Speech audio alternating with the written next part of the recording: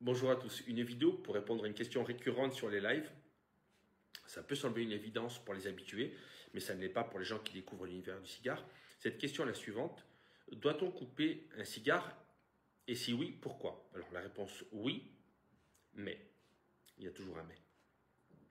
Un cigare se présente de cette manière. Il est généralement fermé d'un côté, il y a une petite démarcation.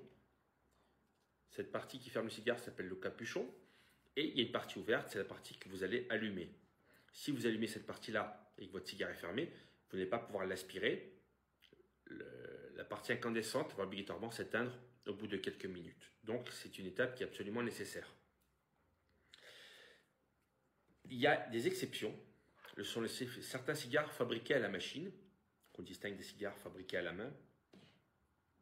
Prenons l'exemple de ce Guantanamera, c'est un cigare cubain, un puro cubain, qui est déjà, c'est pour moi qui est coupé, il est déjà prédécoupé en usine.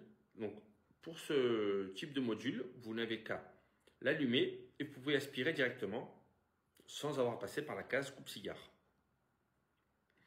Et pour couper vos cigares, vous avez plusieurs accessoires. Alors je vais vous présenter ceux que j'avais sous la main.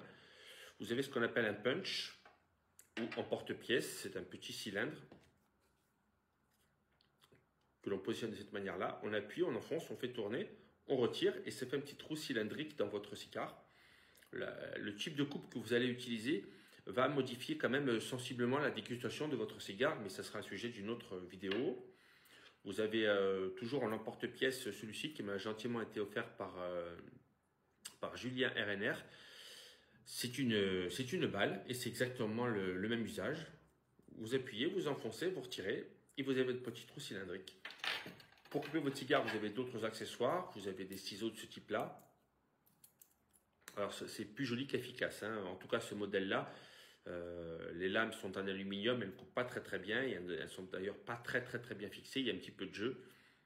Si vous pouviez vous en passer, je pense que ça serait beaucoup mieux. Pour les coupes-cigares, vous avez plusieurs types de coupes-cigares. Ici, c'est de la marque Colibri.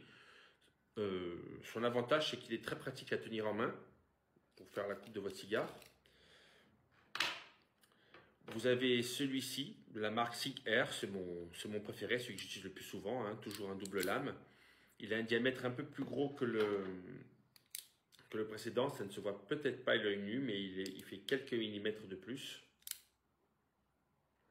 Et il est, je trouve quand même plus résistant parce que celui-ci a tendance à se décolorer et perdre sa peinture au fil du temps. Voilà, c'est fini pour cette petite explication. Je vous souhaite une bonne fin de journée. Je vous dis à bientôt en live pour une autre dégustation.